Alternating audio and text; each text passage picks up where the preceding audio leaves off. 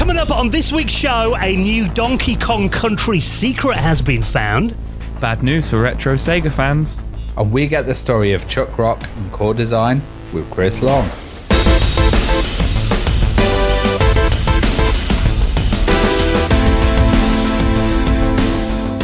And the Retro Hour podcast is brought to you every Friday with our incredible mates at Bitmap Books. Now, if you love the games we're going to be talking about on the podcast this week, have you seen Commodore Amiga, a visual compendium? A real celebration of some of the titles that defined that system, including the early days Defender of the Crown, Marble Madness, Rainbow Islands, going into stuff like Cannon Fodder, Speedball, and of course Worms as well, and weighing in at more than 420 pages, covering more than 140 of the biggest games on the Amiga. Definitely worth checking out, and the rest of their retro gaming collection at bitmapbooks.com. Hello and welcome to the Retro Hour podcast, episode number 455, your weekly dose of retro gaming and technology news with me, Dan Wood. Me, Ravi Abbott. And me, Joe Fox. And great to have you joining us for the podcast that every single Friday celebrates all things about the wonderful world of retro gaming and technology, bringing it up to speed on the big stories from the last 7 days. And of course, this is where the podcast really comes into its own, welcoming on veterans of the industry to tell us their story on the show each week. And today we're going to be going inside the world of one of our favourite British software houses from back in the day, and a company that actually we've had a fair few guests on from this company in the podcast's history. But this week we're going to be talking about a couple of games we haven't really covered in depth all that much, because we're going to be talking about core design again this week. You know what I love about this podcast? We get so many different insights into companies and, you know, different time periods. So we've had lots of guests on. Rare's been quite a big company that we've had guests on, and Core Design as well. And, you know, Core, they had Amiga games. They had some great titles coming out then, but then they also went into the PlayStation. There was a whole buyout. There were lots of changes, and it's great having people from all different departments and different areas. You know, just looking at the history of guests that we've had on the show. We've had Heather Gibson, we've had Martin Iveson, Rolf Moore, we've had Gary Ancliffe, you know, Peter Connolly as well. Simon Phipps. Yeah, Simon Phipps. Oh, there's so many. Yeah, Nathan McCree as well. So quite a lot. And I think it's great having all those different aspects and different angles, because these companies were legendary and they were the companies that we grew up with. And I love kind of telling the story of international companies, but also British ones. I love talking about those names that we saw when we were loading games up. Yeah, I mean, now we've obviously covered Tomb Raider a hell of a lot on the podcast, because you think of Core Design and really that is most people's first game to think of, obviously, the Tomb Raider series. And actually, we're based in Nottingham in the UK, where Core were based in Derby, which is only about, half an hour away from where we are? There's actually one of the main roads running through the city centre is Lara Croft Way. You know, that is how much of a big deal Core Design are in Derby. And obviously Tomb Raider, something we've covered extensively. But actually today we're going a bit earlier than that. We're going to go back to kind of the 16-bit era of Core Design to start with. In fact, some of the 8-bit games as well. Because our guest this week, Chris Long, he joined Core Design in 1989. And he worked on stuff like the Commodore 64 port of Rick Dangerous 2. And then Monty Python as well. And then, I mean, he was an Amiga guy at home, wasn't he, at this stage? But then he joined Core and they basically made him work on the 8-bit machines for a bit. But then, one of the games that he was actually lead programmer on that I loved back in the day, there's actually 2 of the games in the series. You guys remember Chuck Rock? Were you a fan of that game, Joe? Did you play much of that back in the day? You know what? Because I knew, obviously, you guys had interviewed him. And I was looking around and I was like, I've got the Chuck Rock games right here on my shelf, and I have never played them. Wow. So I'm going to really enjoy listening to this, and then I'm going to bang them out, and I'm going to play them on the Mega Drive. Because there was Chuck Rock. They did come out on the Mega Drive as well. Yeah. Was this one of the only games with the like belly bouncing attack? It might have been. Love that. It's funny though, because in this era, it seemed like, you know, kind of prehistoric was huge back in about 92, 93. I remember, obviously, we had the Flintstones movie came out around that time. A lot of kind of caveman-related games as well, obviously the Chuck Rock games. We do talk about BC Kid as well. It was also known as PC Kid. Cave memory in fashion. I hope it comes back. and PC Kid, which was a game called Bonk, I think, on the PC Engine, that was very similar to Chuck Rock 2, and they came out around the same time. So I've always wondered if there's any kind of overlap there. So obviously that's a question I had to ask Chris, to kind of put my curiosity of 30 years to rest.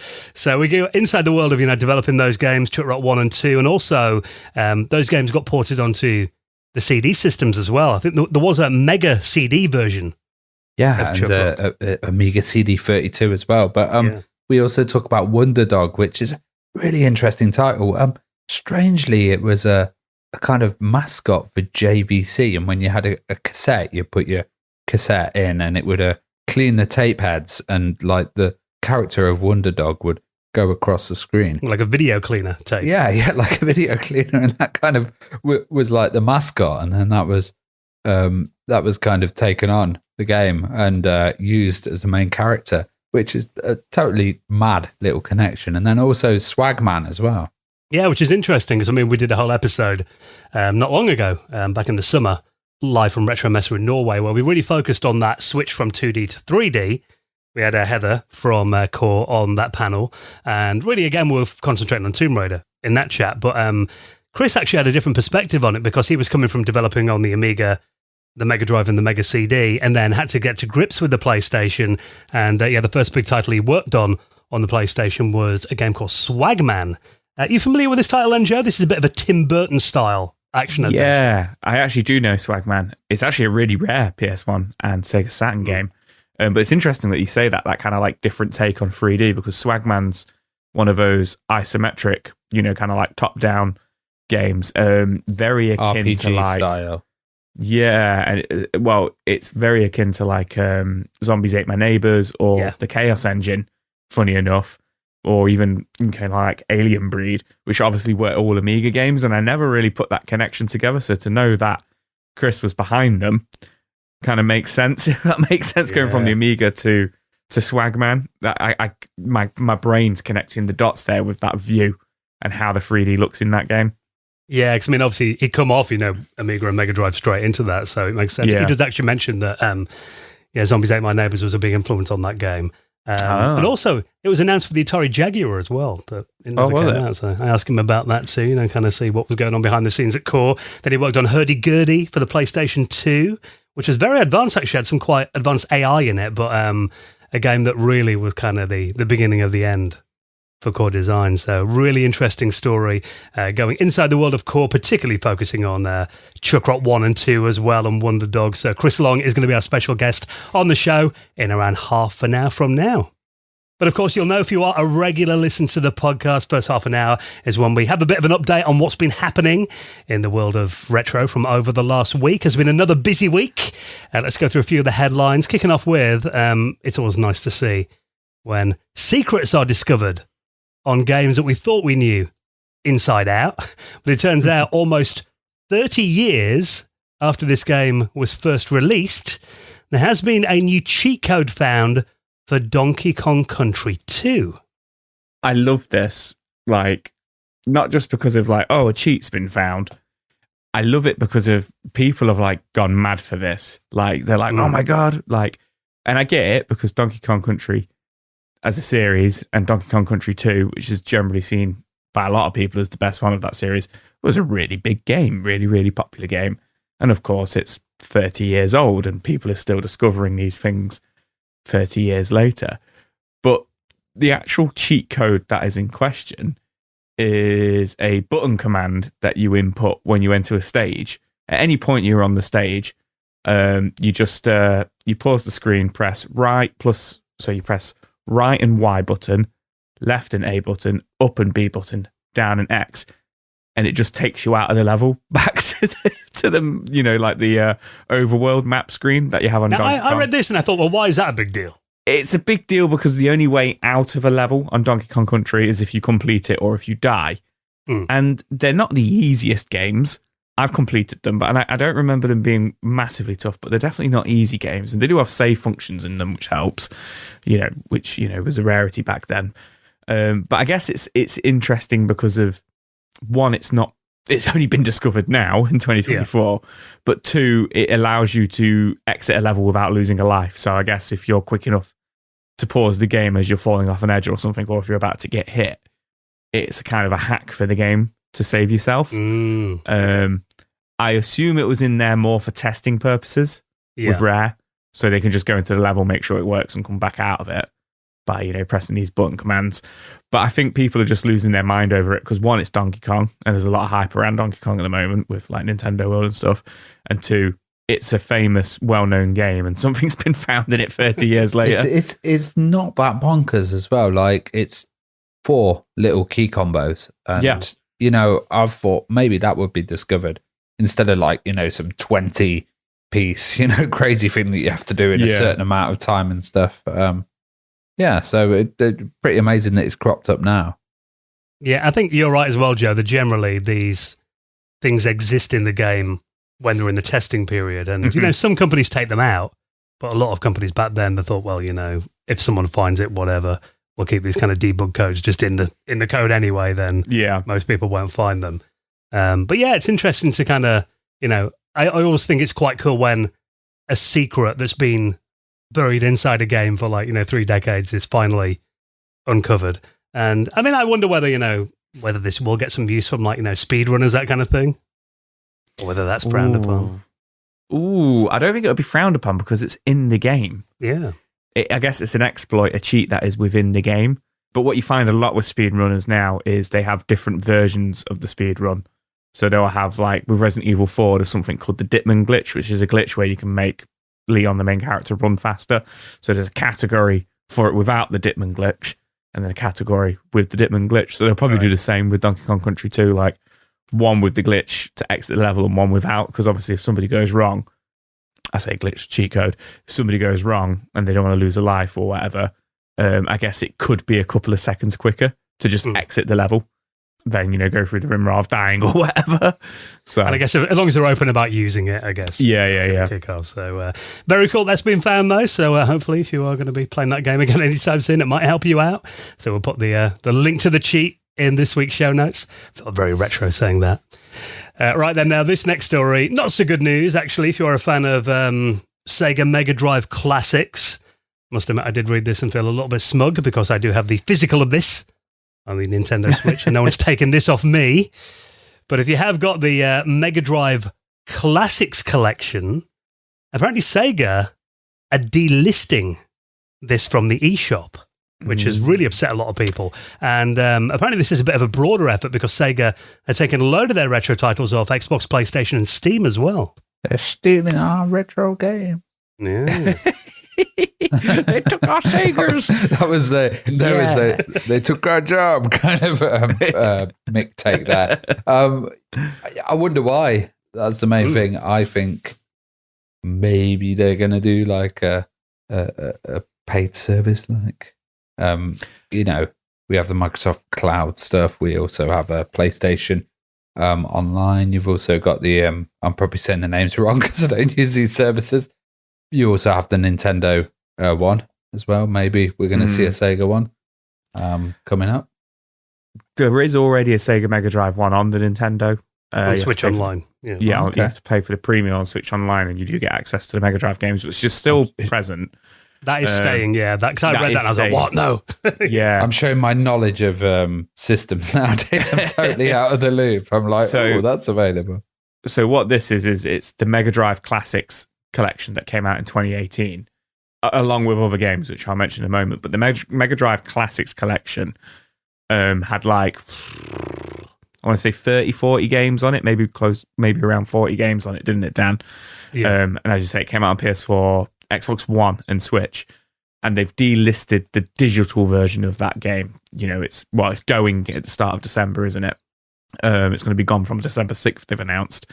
As well as that, on like the Xbox, you could get like the Xbox 360 Dreamcast collection, which had like, I want to say it had like Crazy Taxi, Sega Bass, Fishing, and a couple of other games on there. A lot of those games are vanishing. I'm in a Sega Saturn group on Facebook, and people are moaning that some of the odd Sega Saturn games, which were available on PlayStation and Xbox, are just vanishing as well. Yeah, like Guardian Heroes and stuff like that, which are kind of just on there from like 15 years ago, and I think just kind of forgotten. The rumor is it's licensing issues, which I'm surprised at. They're making a Dreamcast Mini. If it's the licensing thing, I mean, that would be really cool. I think it's just classic Sega. They're just doing another Sega collection, personally. Yeah.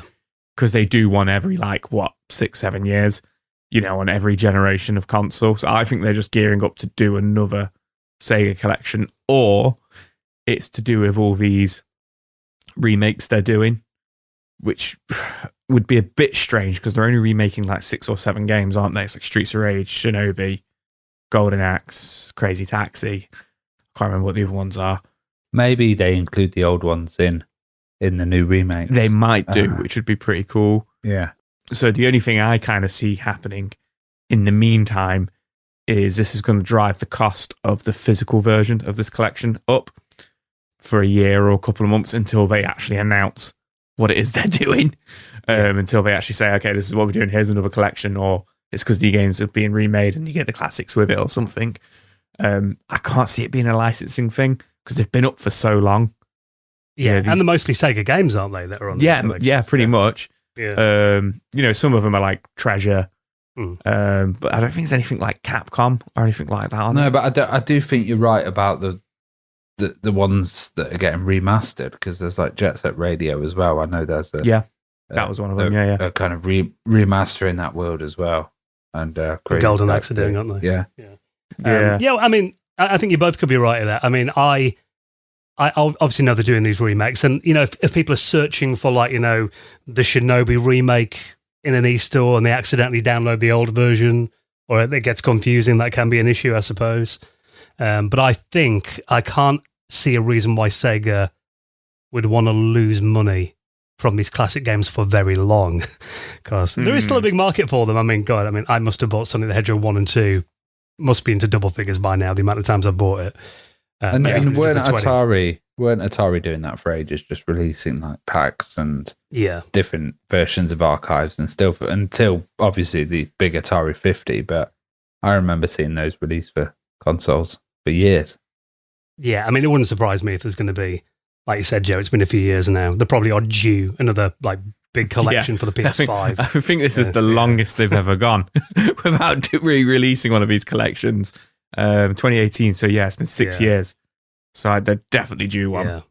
Yeah, so I think that is probably the more likely explanation. But as someone has pointed out, the top reply to this post on X, this is what an all-digital future looks like. So get used to it, I suppose. But like I said, me with my physical copy of it, here looking smug.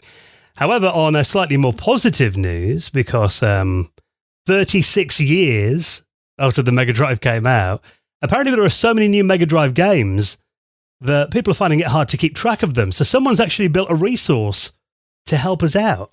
Now, you got me excited on this same Mega Drive tracker. I thought there was going to be something like Pro Tracker or Octomad coming out for the Mega Drive, like a new one. And I was like, oh, music tracker, yeah. There must be something like that on the homebrew scene. Yeah, I bet you there is actually that I haven't explored. But this looks all right and decent. It might be connected with our last story, maybe. Well, yeah, I mean, this is, so basically, there are so many new Mega Drive games coming out right now that there is a website made by Molly L. Patterson called the Mega Drive Tracker. Now, this is md.restartmag.com, and this allows you, basically, you can scroll through and check out not only games that have been released over the last year or two, but also they list upcoming games on here as well. Now, I'm looking through it, and at the moment, there's only 3 pages of games, and I thought, hang on, there's definitely been more than this released on the Mega Drive. From what I've read, I mean, obviously it's early days for this, I imagine it'll grow. They're only actually tracking games that have got a physical release. It's games that have got a physical release, and it's only going back to a year ago and then looking forward at the moment. And obviously, over the last 10 years, there has been so many released games like Paprium and the Panda game, I forget his name.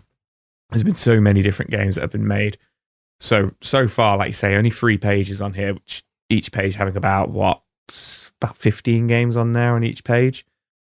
But that's crazy. What that'd be like 45 games already, which are just kind of spanning a year or two, which is just absolutely insane. Like, I knew there was a lot of games coming out on the Mega Drive, and I was like, okay, this is a really good idea, this website, because of, even I'm like, okay, I'm a massive Mega Drive fan, but if I wanted to get into these newer games, I've spoke about it before, like, do you include them in the full library kind of thing of the Mega Drive?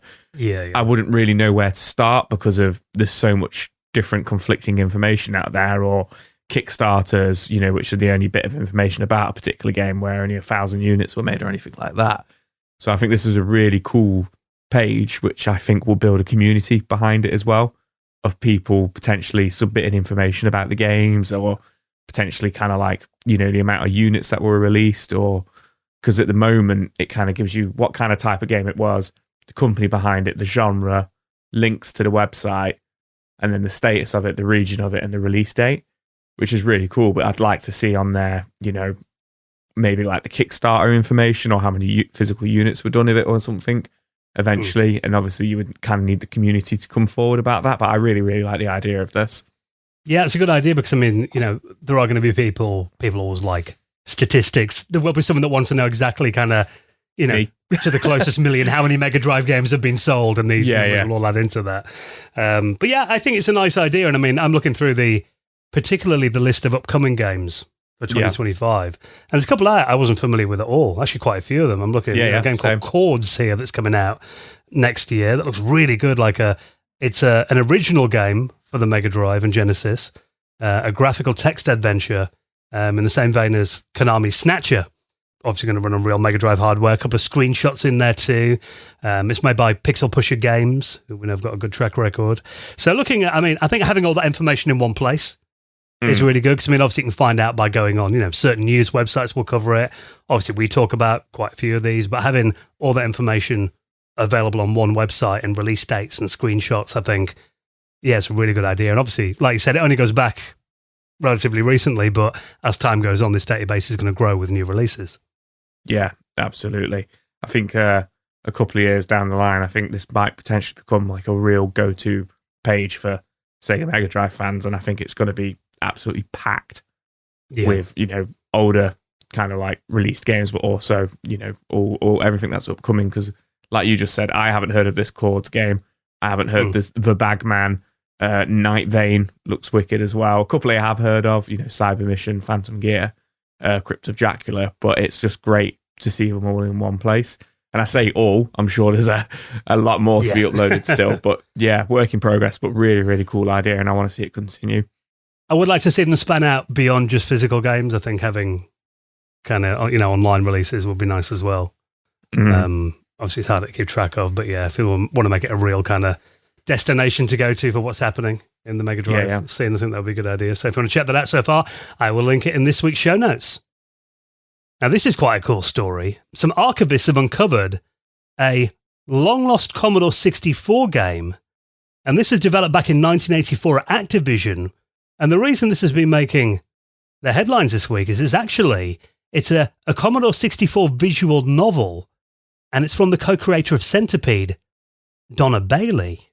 Yeah, it's an interesting mix. This is Donna Bailey, and it's also Paul Allen Newell. And Paul Allen Newell did some absolutely amazing visuals back in the day. So he was an innovator in like digital art, and also creating like some really impressive games. There was one called Cube Quest that was by Simutrek, and it was like Laserdisc. Yeah, and it was really beautiful, and it's kind of experimenting and playing around with stuff. Back then, it may not seem amazingly impressive, but it's really important to kind of have this history, especially with Donna Bailey, of course, with Centipede fame.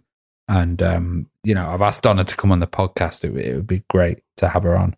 Yeah, 100%, and Paul Allen Newell as well. Obviously, legends who were both at Activision around the time this game came out. So it was in development in 1984, and we all know what happened in the North American video game market around that time. Things weren't going very well, which may have been a reason that this never saw the light of day.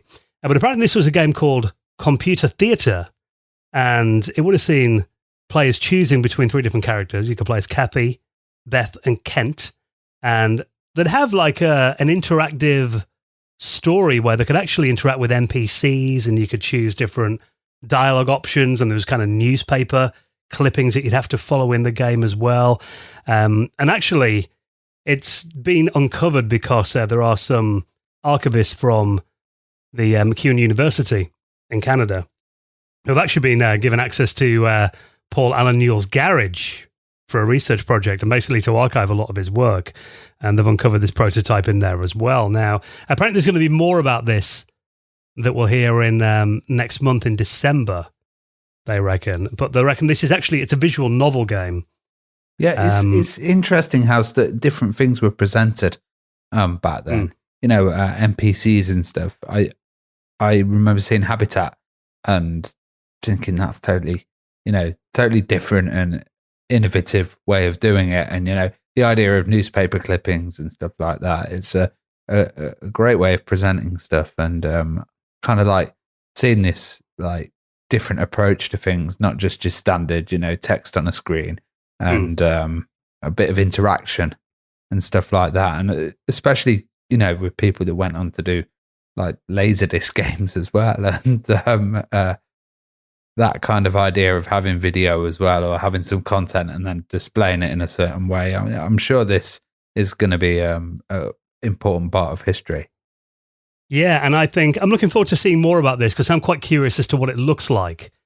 Now, there is an article on a newspaper called Le Monde, or Le Monde, my French isn't all that hot, where they've actually apparently got a picture or an image of the game running in Vice, the Commodore 64 emulator.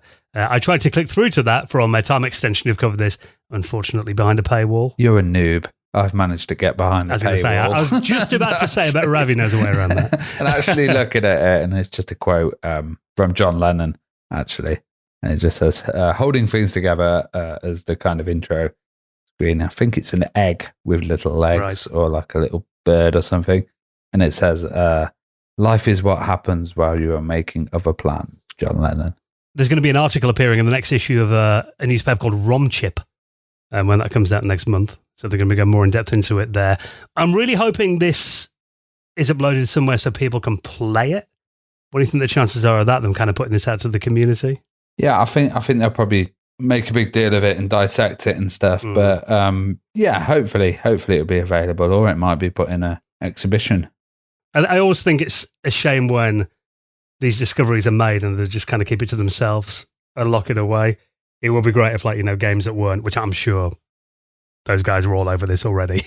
But, you know, particularly seeing, you know, games of from people of that stature, particularly Commodore 64 games, I like to see a bit of, you know, C64 preservation is always something I like to see. Yeah, so I want to read more about that. You know, coming from Activision as well, there's going to be some interest there. And a lot of this stuff, like I said before, it's not really meant to be released. You know, it's probably just an experiment that they played around with for a bit, and then Activision were like, we won't release it. But yeah, it's always interesting to see those things happen. Yeah, so if you want to read more about that, I'll put that article, what we know so far, in this week's show notes, and we'll keep an eye on that story.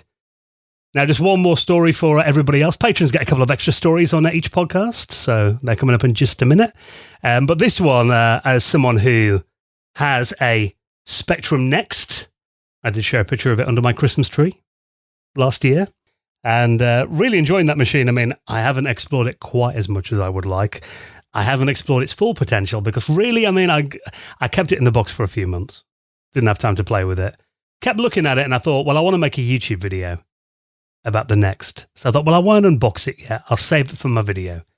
This was in December. Got to around May and I thought, well, I still haven't made that video yet. I'm just going to open it. So unwrap the shrink wrap, set it up. And what I initially did with my Next is basically download a collection of Spectrum ROMs, original Specky games, and started playing through those on there. So really I was using it as just a glorified classic Spectrum, which obviously is a big waste. Yeah, the Spectrum Next capabilities. A very sexy classic Spectrum as well, with its lovely design and stuff. And a nice keyboard. Yeah. Cool. Yeah, but Probably I am new interested. fresh smell as well. Yeah, I mean, it was awesome. I mean, that experience, I mean, for people that haven't got a Spectrum Next, I backed the second Kickstarter and had to wait a few years for it because obviously there was a delays, during the pandemic, and obviously the prices of everything went up and components became scarce. So it took about 3 or 4 years until it arrived. But then when it did, just before Christmas last year, opening the box was just a real work of art, and it feels gorgeous. I mean, obviously it was Rick Dickinson's final Spectrum design before he sadly passed away, and it just feels like the ultimate Sinclair machine. But obviously it can do a lot more than just play classic Spectrum games. There are actually a growing scene of people making games specifically for the Spectrum Next to take advantage of its capabilities. In fact, we do have one of them in our community. That is obviously the legend that is Mike Daly, formerly of DMA Design. He's actually on a hangout over the weekend, wasn't he? We're talking a bit about Spectrum Next clones and his awesome C-Spec emulator. Yes, yeah. And the kind of improvements going on that. And it sounds like it's going really well, actually. And also the emerging world of Spectrum Next clones as well, which is, they're quite hard to get at the moment, the Spectrum Next. Yeah. And this kind of world has emerged of smaller, cheaper clones as well that you can run cores on. I'm not sure you can run like the updated ones. I'm not really in that world, but it does look like getting a bit cheaper, which is good. Which I think is really good, the fact that there are, these clone systems. Many of these can be had for like, 100 quid or so. I don't think they're that expensive, some of the clones. But also, thanks to Mike's C-Spec emulator, you can actually now play Spectrum Next titles on a PC or a Mac, and they run really well.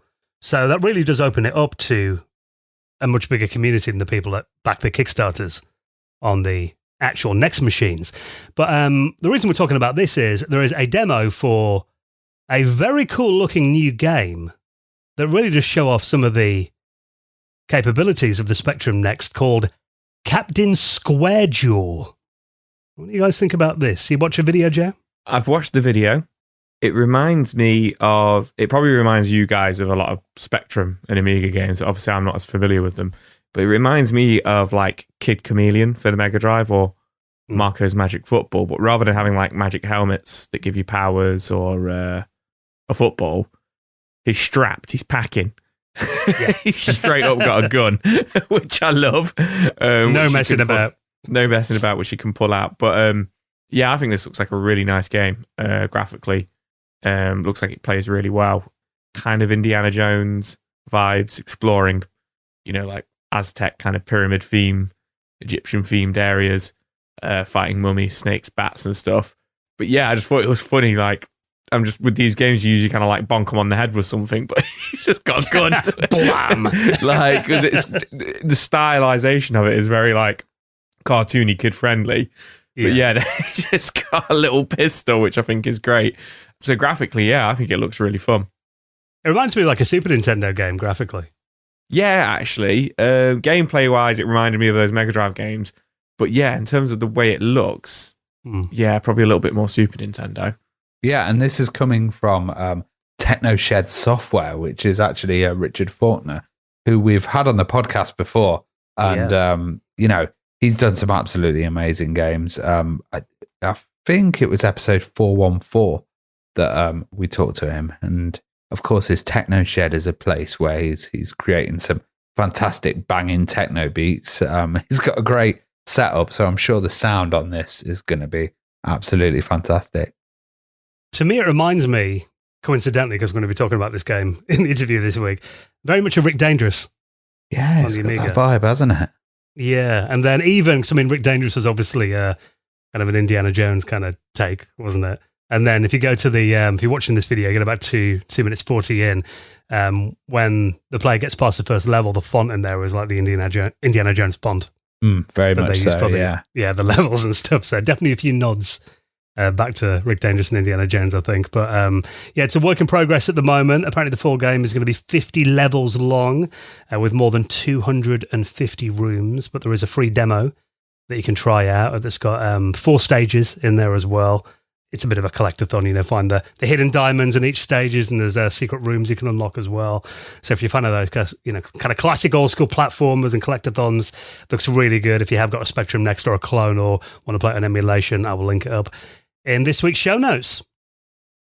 Right then, stay tuned. We have got a couple of extra news stories on the way just for our patrons in a minute, because we like to give back to our patron community. We had a great hangout over the weekend, didn't we, with our patrons? This is something we do every month. We get together basically on a Sunday night, usually, isn't it? A couple of hours. We invite as many patrons as want to join us on. Really busy one, actually, wasn't it, this weekend? Yeah, it was good. We were talking about all sorts. And of course, we had a bit of specky talk in there as well. We were talking about Joe's glamorous rock career, international superstar. And it was just great to see people. Gareth had his Castle Grayskull computer case that he's building at the moment, which just looks absolutely bonkers. It's really good fun. Great to catch up with everyone as well. And it's great to have input from everyone as well, because they've all got different knowledge bases from different areas. And it kind of really helps having that community around the podcast, because me, Dan and Joe, we don't know everything. We don't know that much, but having those guys on, they can kind of tell us about some fantastic stuff, some new projects going, some new news as well. It's really nice. We always describe it as like a virtual users group. Yeah, definitely. That's how it feels. Like. Yeah, we're always very welcoming of new members as well. And we're going to be doing the next hangout 15th of December is what we've got penciled in at the moment. So it'll be a bit of a pre-Christmas party. So, Christmas jumpers and all that, and lots of merriment, I expect. So if you'd like to join us for that will be our final Patrons Hangout of the year. So we'd love to see you there.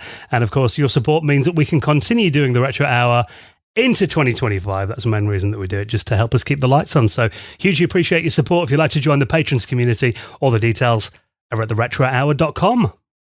Right then, this week's very special guest, Chris Long, talking about core design in just a moment. Before we do that, let's take a quick second to give a massive thank you to an incredible sponsor of our little podcast. This is our friends at Shopify. Now, Shopify have been so good to us throughout 2024, not only supporting the podcast, but also as us being customers of Shopify. Of course, we do have a little shop that you can check out from our website. It's linked on there. That'll take you through to the Retro Hour Shopify page where you can actually buy a copy of our book.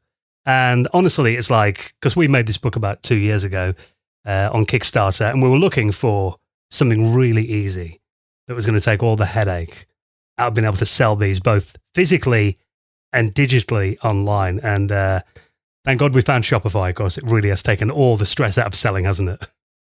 Once you understand the system, it's so easy to use. And it does a lot of stuff like, calculates shipping for me, which is just fantastic. Enables you to print out labels straight from it. So, you can get the label there and then get it printed, put it on, distribute it straight away. It also has all the payment systems on there as well. So you can use like Stripe, you can use PayPal. It's really fantastic. And, it's just 24 hours. You don't have any customer support problems. You don't have anything like that. You can always get hold of someone. And it's just really simple and easy to use. Yeah, that's the thing. I mean, if you sell online or in person, the great thing about Shopify is you don't need to learn any things like, design or coding, anything like that. They let you focus on what you really want to do, which is, your business. And Shopify will do all the rest for you. So that's why they are the commerce platform revolutionizing millions of businesses all around the world. And I did mention that, if you sell in person as well, of course, we often see these, Christmas markets and stuff coming up now as well. They've actually got these little shop-ready point-of-sale systems, so you can take card payments when you're at events. And they've got that incredible e-commerce platform, even get you selling across social media marketplaces, Facebook, Instagram, TikTok, full of industry-leading tools, ready to ignite your growth and give you complete control over your business every step of the way. So if you sell anything at all, maybe got a bit of a side hustle going on, maybe you're thinking of becoming your own boss in 2025, it's time to get serious about selling and give Shopify a try today. Now, of course, we always get you the best offer with our sponsors. So why don't you try out Shopify for £1 a month? That's a no-brainer. Yeah, exactly. Worth a go. £1 a month on a trial period by using our link. Of course, it helps the podcast. Let them know that we sent you. Shopify.com/retro shopify.co.uk/retro hour, all lowercase, shopify.co.uk/retro hour. And I'll put that in the show notes. And get ready to take your business to the next level today and hear a lot more of this. All right, well, thank you for checking out the news on this week's podcast. We'll have more for you, of course, next Friday. And next, getting some incredible stories about games like Chuck Rock 1 and 2, Wonderdog, Swagman, lots more as well, inside the world of core design with our special guest, Chris Long. He's next on the Retro Hour podcast.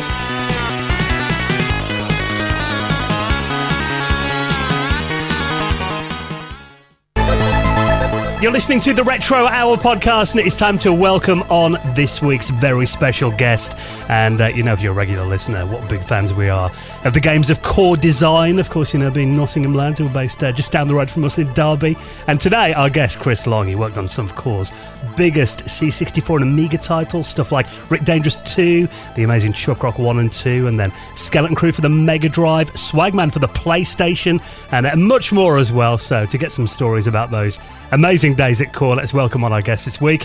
How's it going, Chris? Hi, Dan. It's going great. Thank you very much. Yes, it's good to be here and chat to you guys and discuss some of the times long ago. Yeah. Going to test your memory this week, Chris. So yeah, absolutely. Yeah, why not? I mean, while we're doing that, we always like to kind of go, right back to day one with our guests to kind of find out where it all began. I mean, do you remember what originally got you into computers or video games, like where the whole thing started? Absolutely. Yeah, that was going back to probably 1981 or two, I would guess.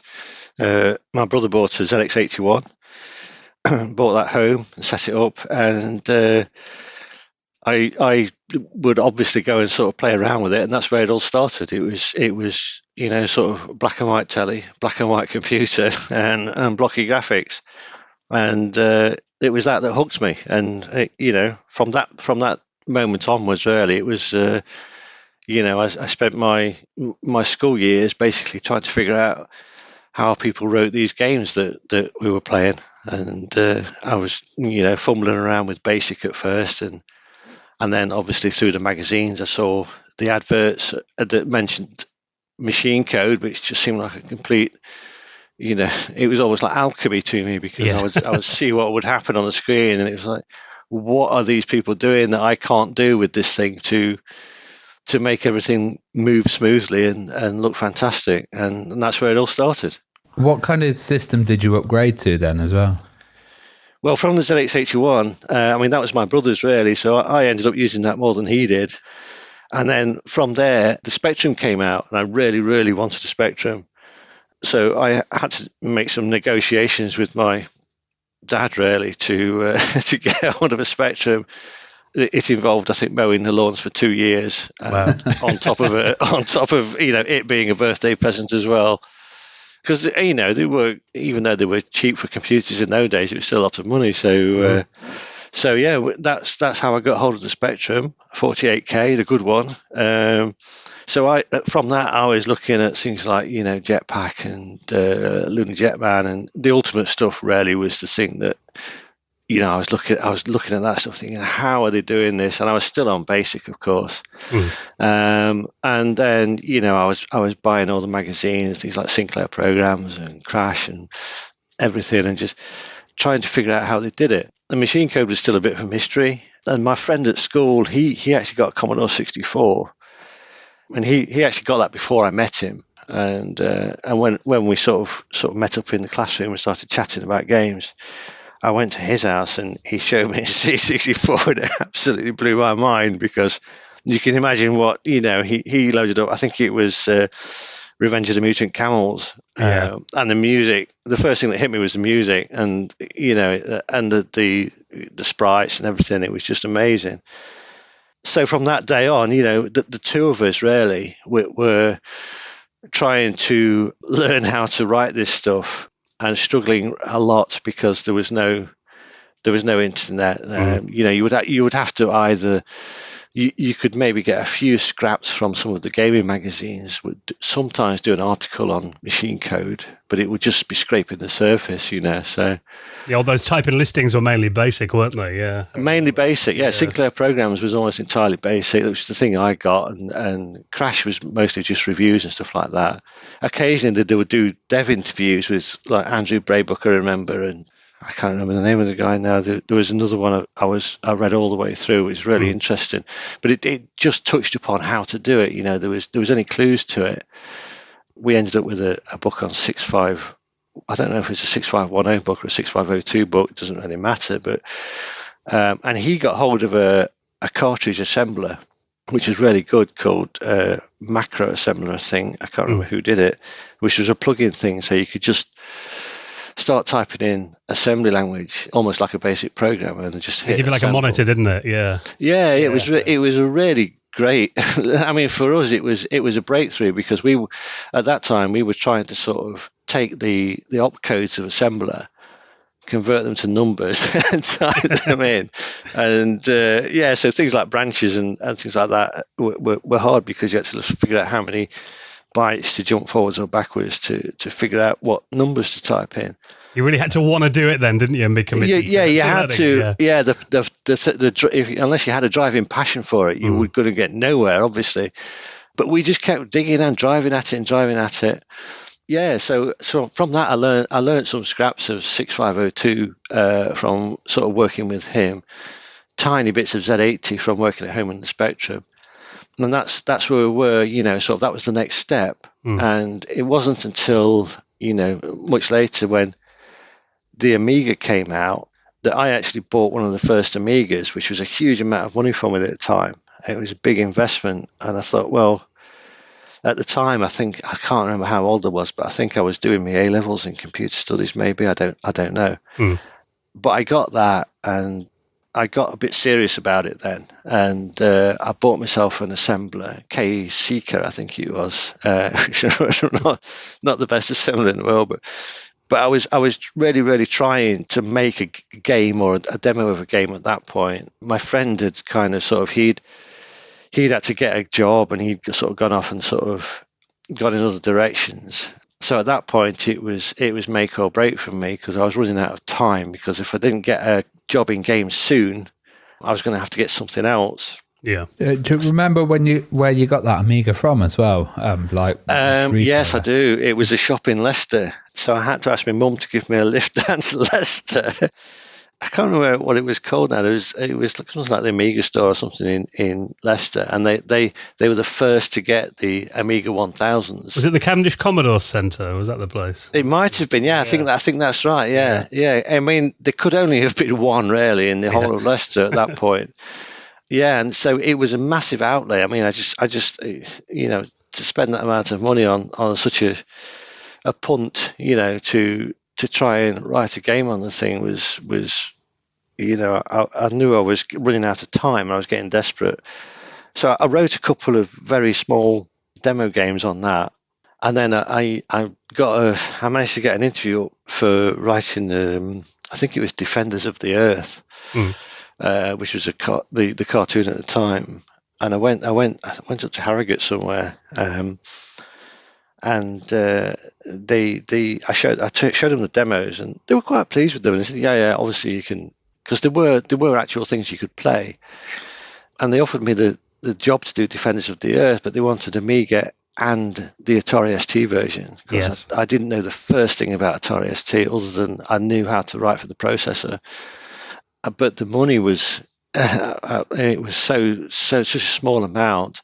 And I knew it would take me at least 6 months to do the Amiga version, at least, because it was my first game, and I still wasn't really up to full speed. It utterly crushed me, to be honest, because I thought, well, I'm not going to do it, because even if I could do this and write it for them, I'm not going to have enough money to live on. I was utterly defeated when I came back from there, because I had to turn it down. I thought, well, I can't accept it, because I don't know if I can do it in the time they want. Which company was it for? Do you remember? I think it might have been Enigma Variations. I'm not sure. Yeah. It was that at that moment, that was probably the lowest point, because at that point, up until then, my enthusiasm for games had got me all the way to that point where I actually got an interview. Past the interview, basically they said, yeah, we'll want you to do it. When they told me how much money I was going to make, I just thought, well, I can't live on that. And that was what I wanted to do. I wanted to live on, because I knew people could make livings out of writing games. You have to understand at that point, everybody I spoke to about, I wasn't in touch with anybody that had done it or could do it. So it was I was kind of on my own, if you know what I mean. It's going about what you read in the magazines, these stories of people, I suppose. I knew you could do it because I knew people were doing it, but I didn't have contact with anyone. I mean, rarely when I went up to Enigma Variations, that was the first time I met other programmers who actually could program games. And I thought, well, these guys are doing it, but I don't know how to do it in that amount of money. You can't make a living. And then one of the games I took up there, I sent it off down to Probe Software. And Fergus McGovern, who runs Probe, he gave me a phone call and said, we like what you've done. He gave me 2 bits of work. They put the game on the cover of the first issue of Zero magazine. Is that Merv The Merciless? That was Merv The Merciless. Yes. They got, I think it was Alan Tompkins, one of their art guys, to just draw over all the graphics. Most of the graphics in that were what I drew myself. And Alan just sort of drew over a few bits. He says, most of it's all right. He says, it's fine. But he redrew things like the apples and some of the things like that. That got put on the cover of Zero #1. And they also asked me to do the intro to the Savage game, which I think was Dave. It was Nick Bruty, wasn't it, was doing that. And I think Dave Perry he was on design or something. So I think I remember meeting those 2 guys down in Croydon at the Probe office. I loved the intro music on that as well. It was amazing, sampled, wasn't it? Raw Savage. Yeah, it was really good. Yeah, I remember when I went down there, and that I was talking to the guys, and I think that was Jason Brook, wasn't it, wrote the music.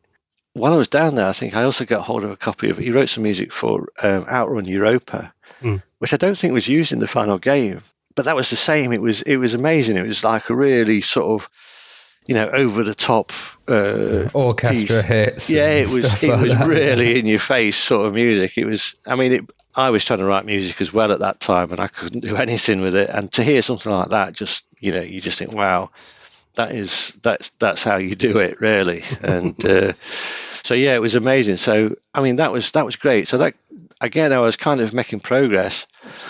I've got to ask as well, because I mean, I used to buy all the magazines back in the day. I can't imagine how it must have felt like walking into WH Smith and seeing your cover disc sellotaped to the front of Zero Mag.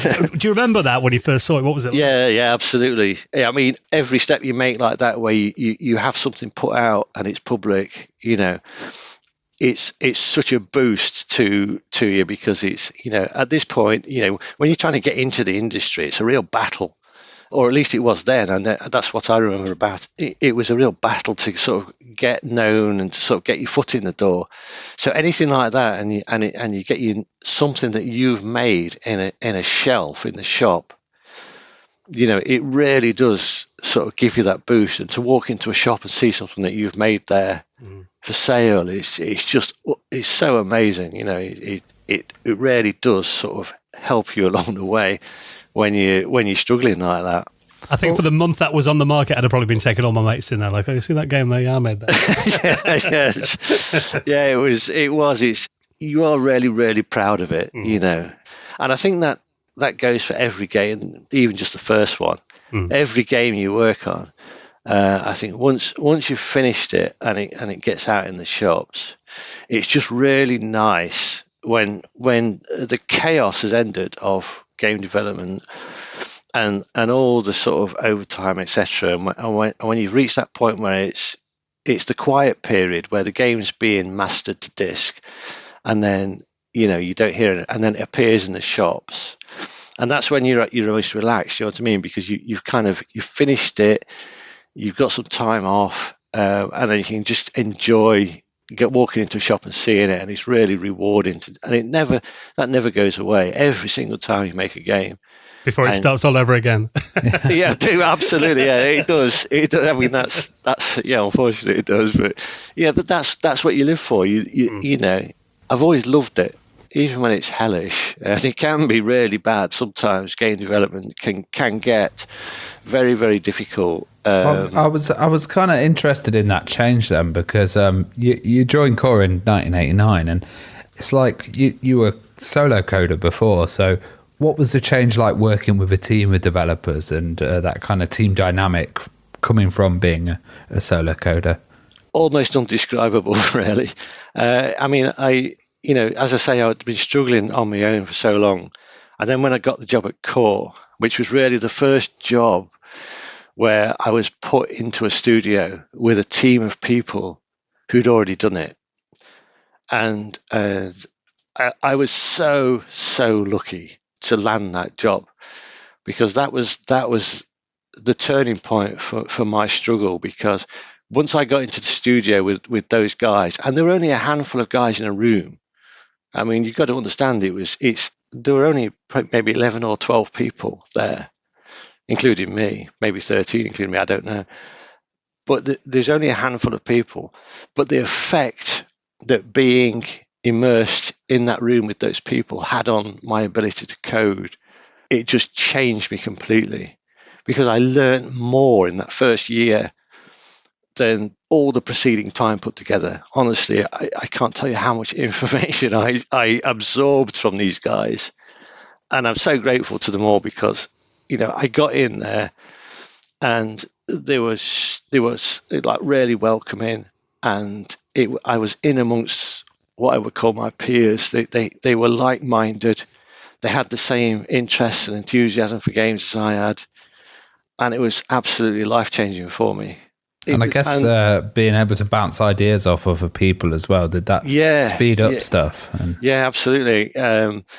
I mean, there was so much I learned. I mean, the first thing when I went to Core, when I got the job, the first thing I noticed was that they didn't work on an Amiga or a C64. Everything was done on PC.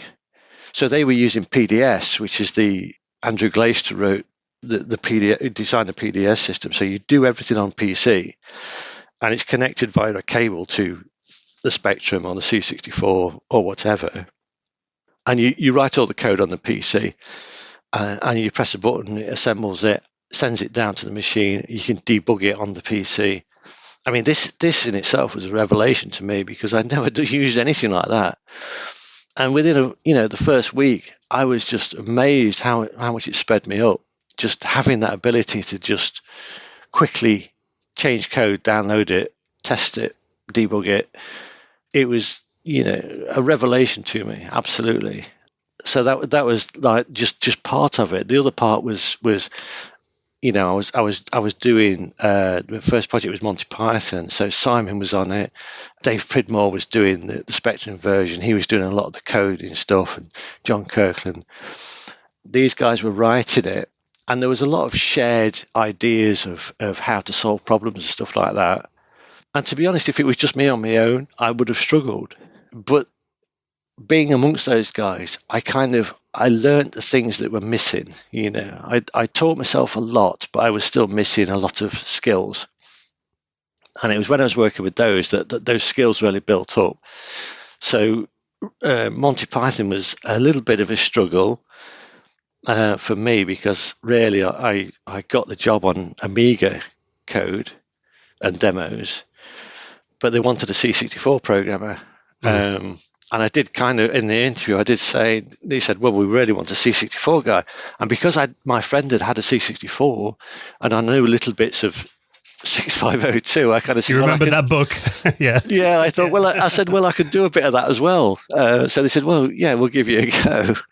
So yeah, that's how it happened. And, by the time I'd done Python, I'd really got to the grips of the C64, and then we went on to do RIC 2. Yeah. And for me, that was a much better job. I now fully understood the C64. It really paid off, just being with those guys. And what memories have you got working on Rick Dangerous 2 then? So, were you familiar with the original game? Because I know that was a really, well-reviewed game. And it was. Yeah, was it like working on the sequel? People ask me, what's the favourite, the game you enjoyed working on the most? And I always say Rick Dangerous 2, because it was the point in my career where I finally knew how to do it. everybody in the team was also knew how to do it, and it was just everything came together, and I just thoroughly enjoyed writing it because I'd reached the point I was trying to get to for so many years. You know what I mean? I was in a game studio and I was writing games and I was making a living, and I was with a bunch of guys that we all got on together, and honestly, we would just go in at the weekends to work just because we enjoyed it so much. Nice. It's crazy. I think it's the aim of a lot of people. They say that when you get a job that isn't a job, that's the aim in life. Yeah, get a job that you love and you'll never work another day in your life. That's the saying, isn't it? Yeah. That's the saying. And I was there, and I thoroughly enjoyed it. It was a fantastic time. I hadn't played Rick Dangerous 1 when we moved on to 2. Nonetheless, I still thoroughly enjoyed doing it, and I think it turned out all right. I think we won. I think we won the golden joystick for the 8-bit game or something. So it can't have been too bad, but it was certainly. I enjoyed it more than Python, certainly, and I think it turned out all right. And I think the most important thing is I thoroughly enjoyed it, and I think that's why it turned out quite good. I've got to ask as well, because looking through kind of your Moby games, it mentions the sprite smelting utility used on games. What was that then, and how did that work? It was kind of just the crazy stuff that happened at Core. We just come up with names for things. It was a really simple thing. All it was something that would allow us to set the colours on the sprites for the C64. Because you had, let me think now. You had two global colours for all the sprites. So you had, if you used blue and yellow, all of the sprites had to have blue and yellow in them. But you had one colour, I think, that you could set per sprite, and you could load the sprites up and just change the color, change that one color on the sprite, and then you could press another button and it would save them off. But that's the kind of thing it was all hand done, as it was nowadays. So anything like that, little utilities, we would just make our own and make silly names up for them. I love that. It sounds like something out of Red Dwarf or something. Yeah. Yeah, I have no idea where that name came from, to be honest. It seems to have stuck. I think Simon was the guy who used it and just kind of set the sprites up. But yeah, and Terry did the. That was the other thing. When I joined Core, I was just in awe of the guys there, because I was sort of saying, "Oh, what did you write?" And I was kind of the stars in your eyes thing. So Terry had done the graphics on Monty on the Run, and to me that was like superstar status. You know what I mean? Yeah, so to work with the guy was just. It must be like how a musician feels when they work with, a really big name in the music scene. And there was Greg Holmes there who did, Jack the Nipper, and Andy Green who'd done like Bounder with Rob. So it's it really was a start in your eyes moment for me. I just couldn't believe that I was working with these guys. It's such a privilege. These rock stars, yeah. Well, we're talking of a rock stars as well, Chuck Rock. Oh, that's a cheesy one. Chuck Rock was absolutely well-loved game, really good fun, and it had that little rock intro as well, didn't it? Yeah. I mean, that just came out of nowhere, really. That was, it's one of those things. I think Matt Furniss did. Was it Matt Furniss did the sound for it, I think, and. So we got this intro, and I think Lee had heard it, so he just stuck a big rock wig on Chuck, and he said, "Oh, we'll put this on the title screen," and it was just driven by enthusiasm, because Lee loved the music, so he did that, and I said, "Oh, I think I can time the guitar to the Chuck's guitar to the music," and I think I can't remember. There was a bass player who was a dinosaur, I think, and I think Chuck's wife, I think, was on the keyboards. So I just timed it all to the music, But, yeah. Where did the kind of story of the development of that game come from then, and the idea? It all started with Lee. So Lee Pullen was he was the artist, and we'd finished Rick Dangerous, and Lee drew this caveman. And his first idea, so he drawn this caveman sprite. So Chuck was the first thing that was done, this sprite itself. But he'd actually drawn a little bird that was tied to a rope, I think it was. So his idea was that this caveman could throw this bird around, and it would kind of sort of latch onto things, this bird would. And and Chuck could sort of kind of swing on this rope and sort of do puzzles with this bird on a rope. And Bob saw it, and I saw it, and we were just having a laugh about it. But we were talking about how we could do it, and I thought, well, I don't know how to write this flipping rope. I didn't have a clue how to do it.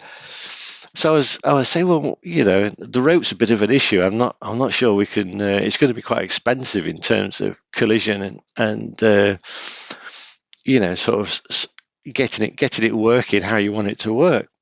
And I don't know who suggested the rocks and throwing rocks around, but that was the next thing that came out of it. So at that point we were sort of already getting quite enthusiastic about it. I think I came up with the name Chuck Rock just as of a kind of a funny name for the caveman, and and that was the way Core worked those days. All the ideas came from just the guys messing around in the office and coming up with an idea for the next game. There wasn't anything else. There was no sort of financial planning or anything like that. It was just basically, Jez, we want to do this game, and he'd go, yeah, all right, and we'd just make it. It's you would never make games like that nowadays, I don't think, not without sort of a lot of research on whether it's going to make any money or things like that. But that was how we did it back then. Well, as well as throwing the rocks, I remember one of his attacks was thrusting his beer belly, like belly bouncing the enemies. Yeah, that was I guess. Yeah, that would be Lee. That was the kind of thing he would come up with. He'd come up with all this crazy stuff, and we'd just like sort of laugh at it and put it in and see what we could get away with. So yeah, it was just us having fun and putting what we thought was funny into the game, basically. In terms of the technical aspects of it as well, because I remember that game having like some really nice parallax scrolling on the Amiga. I mean, do you remember much about the actual development of like writing the game? Yes, yeah, because like I say, when I started at Core, I mean, for my interview, I'd done some Amiga stuff. And then I'd done 2 kind of C64 games. So I kind of got up to speed on the C64. And then when we finished Rick 2, we were all going 16-bit at that point. And I was basically chomping at the bit. Now I'd learned all this stuff off these guys to sort of how to properly write a game, or better than I had taught myself. I was chomping at the bit to get back on the Amiga because I knew about the dual play fields, and I knew about I'd already sort of got up to speed with the blitter and various things. So I was really chomping at the bit to get up to get something up on the 64 on the Amiga. Sorry, that was I wasn't really thinking about the Atari ST at all when I wrote it. I was just wanting to get something on the Amiga that I wanted to write on the Amiga, which was a bit more kind of Amiga specific, if you know what I mean. And that's really the driving force behind that. It was again, none of it really was financial decisions. It was just enthusiasm for this machine that I really wanted to sort of see what I could do on it. Well, when Chuck Rock 2 came around, what was the kind of approach with that as well? That was, well, Chuck was, it did quite well. It sold well. And I think Jeremy had said, you should do a follow-up to it. And we were quite keen to as well, to be honest. And I think the first thing we did, before we started Chuck 2, I think we'd ported Chuck 1 to the Mega Drive. Yeah. So we did that, which is a fairly quick job. And then we were kicking off Chuck 2 on the Mega Drive. And by that time, I'd kind of picked up a bit about the Mega Drive as well. So I thought, well, now we've done this port, I know a bit more about this machine now. We can get a bit more out of it. So I was starting to do Chuck 2. Well, we all were. And there was myself and Lee and Bob were doing it. And that was when the Wonderdog project came in. So that was, we'd already started Chuck 2. We got the character up on the screen. And then Jez came in the room and he said, we've had this offer to write a game on the new Sega system, the Mega CD, for JVC. They're doing their own machine, and that's Wonderdog basically interrupted the first sort of phase of development of Chuck 2. Really, we stopped and we switched over to Wonderdog. I mean, I definitely want to get onto Wonderdog. There is one thing I always wondered about Chuck Rock 2, and maybe you can clear this up. Because I remember getting at the time, I used to buy like all the magazines. And I think I got like Amiga Format and CU Amiga. And there was a demo of Chuck Rock 2, it was Son of Chuck, wasn't it? Like his baby kid. Yeah. And I think Amiga Format had a demo of BC Kid, which was, I think that was like an Amiga version of a PC Engine game called Bonk that also featured a caveman baby. And literally, these games came out like the same month, I think. So was that like a pure coincidence, or was there any kind of overlap? It absolutely was. Although we all had PC Engines, I don't think it was out when we started it. Right. It wasn't. I don't think it was anything to do with PC Kid when we started Chuck 2. Again, it was Lee. Lee started with the sprite. So he started coming up with ideas about Chuck Rock 2, and he had this idea that we won't do Chuck, we'll do sort of Chuck, and it's this little baby with a club, and that's where it started. So no, PC Kid was a great game, but unfortunately not. No. Yeah, well, thanks for clearing that. I've always wondered that. Yeah, for about 30 years. That's good to know. Actually, speaking before we get into Wonderdog, obviously talking about CD technology. I actually had Chuck Rock 2 on the Amiga CD32, and I remember that had like a kind of a voiced animated introduction, and it was like a proper cartoon. I mean, did you work on that, and how was that kind of done? That seemed very ambitious. On the CD32, you see, I'm trying to remember because I think Dan did the Amiga conversions. Dan Scott did the Amiga conversions of Chuck 2. But I know on the Mega CD, we did do that, the cartoon intro. I think it was the same one on the. I imagine it's the same one on the Amiga CD32. Right. That came out really. I mean, I thought that was great. That started because Billy Allison, who was working at the Core at the time, he'd done a lot of work on animation, and he got in touch with one of his friends. I think this guy was called Mark Mason, and he did all the traditional animation for that on paper. So it was all animated on paper with a traditional animator did it. Billy scanned it in, and then and coloured it up, and we put it on the CD intro.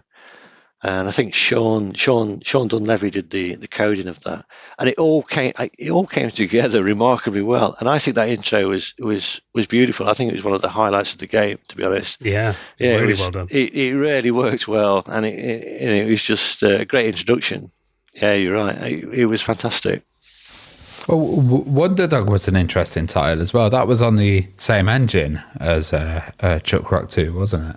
It was. It was the period of the platformer. So there was an awful lot of code that was going from one project to the next, starting with Chuck Rock, and then to Wonderdog and Chuck Rock 2. They were all pretty similar in terms of the underlying tech. There was little bits added to each one, as each one was done. I mean, there was the sort of pseudo rotation thing that you could do on the Mega Drive, where you were basically scrolling, doing the horizontal and vertical scrolls at the same time, and it would work up to a point. So it would look like the screen is rotating a little bit. So that would be seen on, I think, the second level of Chuck Rock 2, and I think there was a tree. I think it's called the lava tree level. So the tree, as the tree sinks into the background, it was sort of rotating. So there was little bits added to that engine as we were writing the games. So there was progress, but it was fairly fast paced in those days. It was, each project was done and out the door fairly quickly. And that was tied in with the Mega CD as well, because Wonderdog himself was the mascot for the Wonder Mega. And how did that kind of work? And it was released through JVC as well. Yeah. I mean, that was JVC got in touch with us. That was a really sort of tight schedule. So when that project started, we basically started on the Mega Drive because we didn't have any kit, we didn't have any dev kit, and then not long afterwards, this package arrived from Japan, and it was a Japanese Mega CD dev kit, and it was kind of 3 circuit boards stacked on top of each other, and we really didn't know what to do with it, to be honest. At the time, we were working with the cross products, the dev kits for the Amiga and the Mega Drive, etc. So we took it up to cross products, and we said, "Can you do anything with this? Get a dev kit up and running quickly for us." And I think it was Ian Oliver or Andrew Onions one. But anyway, they said, "Well, leave it with us," and they were sort of working to get the dev kit up and running while we were writing the game. So they came back with a workable system. It was buggy in places. So the word RAM, if you looked at the word RAM in the debugger, the values would be changing in front of your eyes. So it was a difficult thing to develop because the dev kit was being developed at the same time as the game, and we had a really tight schedule. It was a bit of a weird concept as well for a mascot, like Wonderdog. I think it went back to some of JVC's VCRs as well, and some of the tape header cleaner and stuff like that. Yeah. So, how did you approach kind of making that title? If I'm honest with you, it was somewhat chaotic. We tried at first. I mean, we tried to come up with the mascot at first, but I think we were going down the wrong path as far as JVC were concerned, and they sent us some designs for the main character. So that they said this is the kind of stuff we want. So that changed the graphical style a bit, but at the same time, this whole thing with the dev kit was going off, and I think they were getting very worried about the fact that we were working on a dev kit that was incomplete. And at that point, myself and John Kirkland got shipped off to Japan with the dev kit in our bags, and we basically presented it to JVC. We went to JVC office and we said, "Well, this is it. This is how it works." And it was quite a difficult situation because I think they thought that the dev kit was never going to be complete before the game was. And we were saying, "Well, we have to use this dev kit because this is the only way we're going to get it done on time." It was all a bit strained in the middle because the deadline was so tight and the dev kit wasn't ready, and we were working with this dev kit that was sort of half complete, and I still have no idea how we managed to finish the thing on time, but it all came together in the end. Yeah, I thought the music was quite jazzy on it and quite good. It was great. Some of the popping beats are there, and then also the star system of like losing a star every time. Kind of losing Sonic's rings a little bit. Yeah, it was. I mean, we were looking at, so obviously we were looking at things like Sonic and other mascot platformers. I mean, myself and Bob and we were both big Nintendo fans at the time, so we were looking at stuff like that. But we had such a short time to get it out the door that we just basically we put together what we could in the time. It was a very short development time on it, given what we had to do. But I think given that it came out all right. As you say, that the music was, some of the music. It's one of those things that you're struggling to get the game done, and you get given the music by someone like Martin. He comes in and says, "Oh, I've done the music for level 1, level 2, whatever," and you listen to it, and it's that thing that gives you the lift. It's like you hear it, you think, "Oh, that's amazing." I thought with his kind of trainers and his jazzy style, the music really added to it. Absolutely, yeah. I mean, it's both Martin and Nathan, when they come in with the music for the game that you were working on, it just gave it such a lift, and gave us everyone else such a lift, to listen to it and think, that's really good. It was great to work with guys of that talent. Did Core and the team have like high hopes for the Mega CD? I guess we did. We all. It was a quite nice little package. I mean, the problem with it was all getting a bit, sort of bolting things onto the Mega Drive. It was all getting a bit cumbersome. You got the Mega CD and the, and 32X in there, the 32X on top, etc. But we were, as a company, we were heavily invested in the whole Mega Drive, Mega CD thing, and we were writing all sorts of Mega Drive and Mega CD games. And we got Thunderhawk, which was like another. It was a really, for a Mega CD game, it was technically excellent. So we were really getting into the Mega CD development sort of scene and getting to grips with the hardware as well. I don't think it was very long lived as a piece of kit, but it was just prior to PlayStation 1, but we were heavily involved in that. Yeah, we loved it. Well, obviously, in 1991, that's when the PlayStation debuted around the world, and definitely a total game changer for the industry. Do you remember when you first saw the PlayStation hardware and what your impressions were of it? Amazing. I can't remember where it came from, but I remember it appearing in the office, and I think it was Battle Arena Toshinden. And was it Ridge Racer? Yeah, we were the same as everybody else when they first saw the PlayStation. We were absolutely blown away by it. We saw it, we thought, wow, this is amazing. And it really was. It was the dawn of a new age in game dev, because it was the whole switch over to 3D. It was so obvious where everything was going when we saw it. All my friends that owned Amigas suddenly sold them, and everyone. I mean, and we were all, everybody, in all the game dev studios, we were all the same. We saw it, and we thought, I've got to have one of these things. And it's the same when the N64 came out. When that was released, one of the guys at Core, he imported one on day one from Japan. I think he spent over £1,000 on it. And he bought it in, first day he got it, he bought it in. And we were all crowded around it, just looking at Mario 64. And again, it was like, wow, this is amazing. And you could just see it in everyone's eyes. We were looking at Mario 64 and seeing, they've basically taken a platform game and put it into 3D and solved all of the camera and the control issues with it. And it's just, it was like, this is how you do it, guys. This is how you put a platformer into 3D and make it playable. I imagine it must have been a big job, though, because obviously going from making games on the Mega Drive, Mega CD, and the Amiga, and then transitioning to, like you said, to 3D capabilities of the PlayStation. What was that transition like then? And was it a steep learning curve? Yes.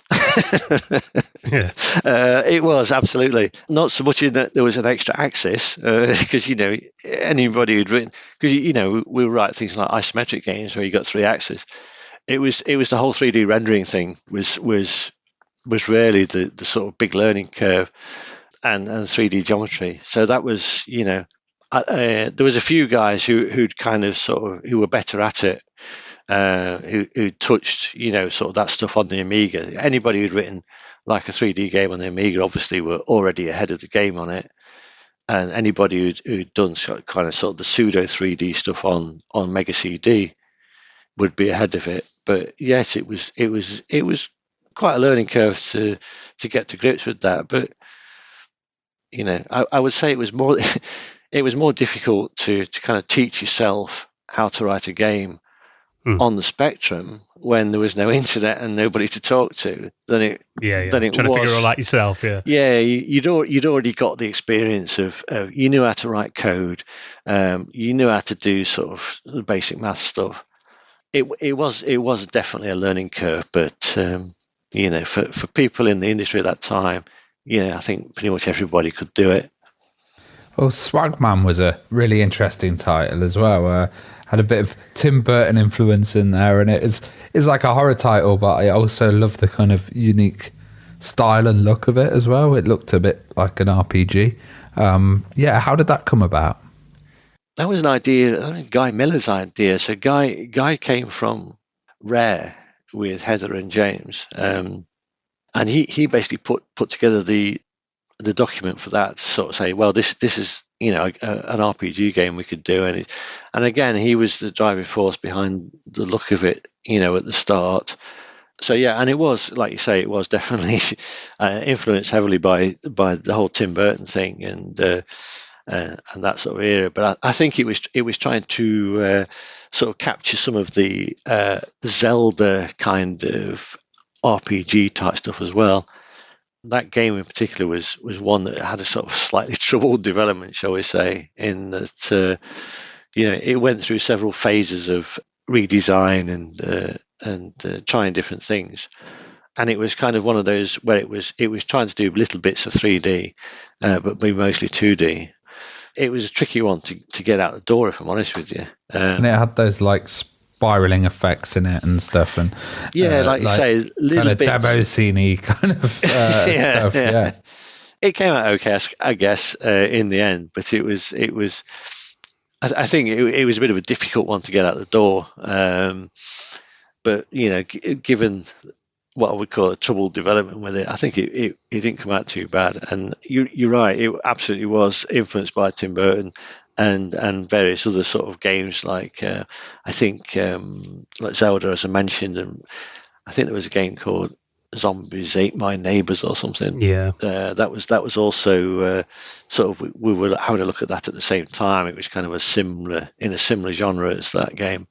I remember Swagman came out on obviously PlayStation, but Sega Saturn as well. Yeah. And I did read that there was a version of it planned for the Atari Jaguar that got cancelled. I mean, was it do you remember much about that? And what was it like developing on the Saturn? Because I imagine around this time you were kind of looking at which was the best console to back, because you weren't quite sure which one was going to win the race. Yeah, I mean, there was some guys there. Some guys thought the Saturn was better. And other guys thought the PlayStation was better. It was. I think the PlayStation was definitely more geared towards sort of doing 3D stuff, and the Saturn had a fair bit more hardware in it to help with the 2D kind of things. So the consoles themselves were quite different in that respect. But I don't remember. I don't remember a Jaguar version. There was some Jaguar dev kit flying around the studio at that time, so it wouldn't surprise me if there was a Jaguar version being considered. I know there was a Jaguar version of. I'm trying to think what that was. There was some. I don't think it was Swagman. I think there was another project that had some Jaguar development on it, But yeah, the Saturn and the PlayStation were quite different beasts, especially as far as their 2D capabilities were concerned. Was it Firestorm Thunderhawk 2? I heard that was in development. It may well have been. Yeah. There was a few kind of sort of projects that started like that. There was actually an N64 version of Tomb Raider started at one point. I was starting the coding on that. But I think we weren't far into it. I think maybe we got one polygon on the screen before. I think we just basically signed up to pretty much to do it on Sony from that moment forward. Yeah, she was like the PlayStation mascot. That would have like blown people's mind. That'd be like Mario coming out on the PlayStation. Yeah, it would. Yeah. So, sadly it wasn't to be. But I don't think anyone at Core can complain about the success of Tomb Raider. It was, it was a massive hit. Well, you were working on Hurdy-Gurdy as well for the PS2, and had some quite advanced AI in there. What were the kind of biggest challenges in achieving that?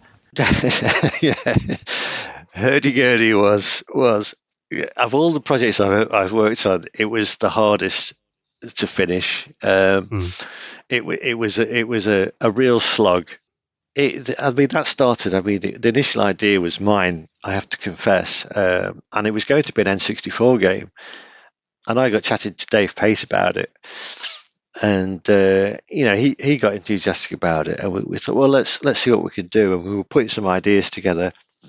And then Dave really got into sort of the idea of making it like a cartoony type game. And we hired some artists from ex-Cosgrove Hall animators and background artists. And these guys they were so good at just coming up with concept arts and doing art. It was amazing. So there was a great deal of enthusiasm for hurdy-gurdy by us as the team. But I think we possibly bit off more than we could chew with that project.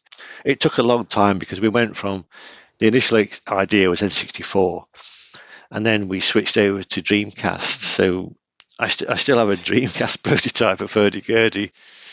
Oh, nice! So we got the character up walking around and a background on the Dreamcast, and then I think the PlayStation 2 hit. So, we got a fair bit going on the Dreamcast, and we switched to PlayStation 2. So again, that was another learning curve. It was a bit of a slog, if I'm honest with you, hurdy-gurdy. But, it wasn't any fault of the art guys, that's for sure, because some of the artists on that were just absolutely superb. I mean, some of the work they put out was amazing. It does look stunning, and it's kind of like Breath of the Wild. When I saw that, it had that similar kind of shading and stuff. Yeah, the potential was huge, I would say, with that game. But I think we overreached in what we were trying to do. Certainly from a coding point of view. To be honest, I feel a bit like I let the guys down on that one, because the art was so. It was just, honestly, it doesn't reflect how good it was when you see it on screen. The actual art that they were producing, sort of in Photoshop and etc. Getting the concept art and everything put together, it was some of the best stuff I've ever seen.